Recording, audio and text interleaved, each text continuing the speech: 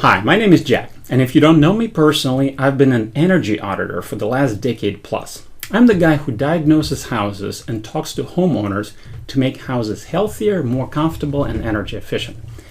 Right now, our region is about to get hit with a heat wave of historic proportions, so I realized I need to make this video that I've been wanting to produce for a long time. I see so many people struggling with misconceptions about how to keep their house cool on hot days. Let's dive right in. I'll start with my personal pet peeve, portable ACs. These things became really popular lately, and people think that since they're a pretty new addition to the market, they're expensive and often look like spaceships, that they're great and efficient.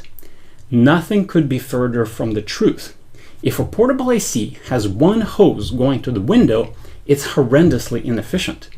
An old AC you could buy on Craigslist for $20 or score for free during off-season will easily outperform it. Let me explain why that is. Otherwise, skip to this time code for further tips. What ACs do is they take heat from the air of your house and put it into the outside air. If you ever stand by a working outdoor part of the AC, you might notice how it's blowing really hot air. Let's say it's 70 degrees inside and 100 degrees outside. The AC will cool down the indoor air from 70 to 50 degrees, but then it needs to put that heat somewhere. It can't be destroyed. Where it puts it is into outdoor air that it will heat, say, from 100 degrees to 120 degrees. That means that all ACs have two flows of air going through them. The one for the indoor to cool the air and the one for the outside to dump the heat into the outside air. Now, when it comes to the portable ACs, most of them on the market have only one hose going to outside, which means that the airflow for dumping the heat outside, instead of taking air from outside and dumping heat into it, takes your supposedly already cool air inside, dumps the heat into it, and throws it outside. So what, you might say? Well, the simple rule of physics governs that however much air you throw outside, same amount of air your house now will be sucking from outside to replace it. So you're sucking a huge amount of hot air from outside to replace the air that you just threw out. It's horrendously inefficient. Simply put, never buy those AC, and if you have them, get rid of them. It's appalling to me that they're even legal. Next up is a very common misconception I see all the time in my clients' houses and read in various booklets as an energy saving tip. Use fans instead of ACs, they say. It will save energy. And nowhere did I see a good explanation on how the fans should be used. Fans gets misused probably more than any other device in my experience. Let's demystify this. Fans are effective only in two scenarios. One, if they are blowing directly on you, given the air around is not too hot and humid. Two, when they are bringing cooler air into the house from outside. Any other use of fans does the opposite from the desired effect. Often I see people turning on ceiling fans in empty rooms, thinking that they are cooling them. Interestingly enough, it's doing the opposite. It's warming up that room. How, you might ask? Well, in two ways. All the electricity that a fan is consuming is turning into heat, and that heat now is added to the heat of the room. And also it mixes up the air in the room, which otherwise has stratification. It means that the air by the ceiling might be a few degrees warmer than the air by the floor. And since humans mostly find themselves on the lower part of the room, it might be beneficial to just keep it that way in the summer. Of course, if you have a bunk bed and are sleeping by the ceiling, it might be beneficial to turn on the ceiling fan to mix the air up, but it's rare. Window fans can be quite effective to bring fresh air into your house, especially if you're cooling your house at night. One issue with them is how they are hard to use in bedrooms, because they're a bit too noisy, let the light through, and let the outside noise through. Here's what I invented and built in response to that. This is a super quiet and efficient bath fan that is bringing outside air into my bedroom, and it allows the room to still be dark and resist the outside noise reasonably well. And all the materials for this project ran me less than $100. Next, I want to talk about more fundamental concepts that most people seem to think about. Before we work to remove the heat from your house, I say we should look into not letting it into your house to begin with.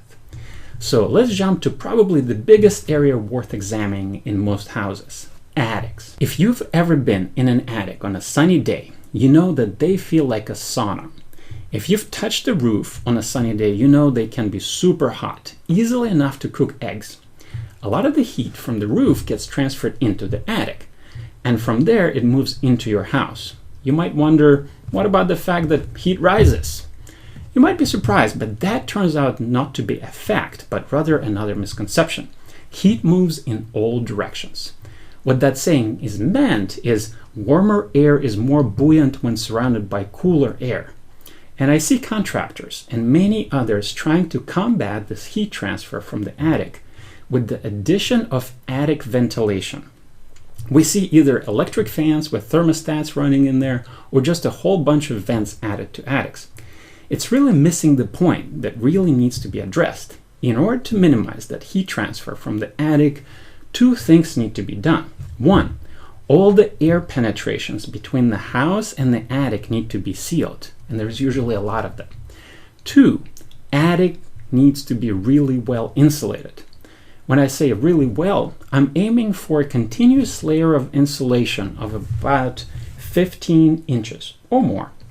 I do unfortunately see a lot of attics that were insulated but did not have air pathways sealed. Now that's an issue. Now it's so much harder to seal those pathways, and if it's done, it might need insulation added. If anyone is proposing to insulate your attic but doesn't mention air sealing, they have no clue what they're doing. Don't employ them. If you're using an AC, you're cooling the air in your house. It sinks and finds any kind of pathways out of your house down. Your house will suck in the same amount of air to replace it. It mostly sucks it from above, since that's where the low pressure now is. That means it will suck a lot of super hot air from the attic. So don't waste your energy on fans in the attic. Just air seal and insulate your attic once and for good. And it won't matter if it's 200 degrees in there. Next on my list is shading windows. A lot of people use blinds, curtains to minimize the heat getting into the house through the windows, and it works somewhat. What would be far more effective is shading windows from outside, so the heat does not even get to the windows and the house. Awnings, shutters, shady trees, reflective film on the outside pane of the glass are all effective options for that. That will also save your windows from getting overheated and getting foggy. Of course, if your walls don't have insulation, they will transfer a lot of heat inside, especially the ones that are exposed to the sun.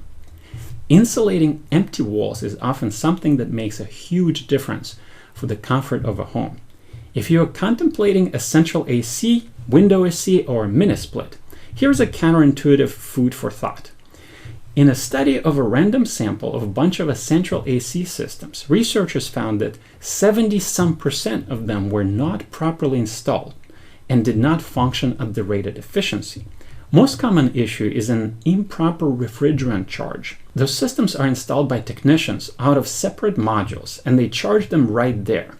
There is a lot of steps that they need to get right. Unfortunately, way too often they take shortcuts. So a window AC, which always has a correct charge because it's assembled at a factory, might outperform a central AC with a higher efficiency rating. I'd say if you're on a budget, window ACs might be godsend. In my opinion, they're pretty underappreciated. Yes, they're not viewed as fancy, but they're cheap and effective. And the last topic. I see a lot of advertisement for various supposedly innovative evaporative coolers advertised. They never mention the conditions in which they are effective, yet it's critically important. They do work, but only if relative humidity of the air is really low. So if you're in Florida, they won't do anything for you. And by no means are they innovative, nor should they be expensive. They're just a fan with a wet cloth over it. You could jerry-rig one yourself. Okay, I hope this was helpful. Post a comment if you'd like. I'd appreciate it. Bye.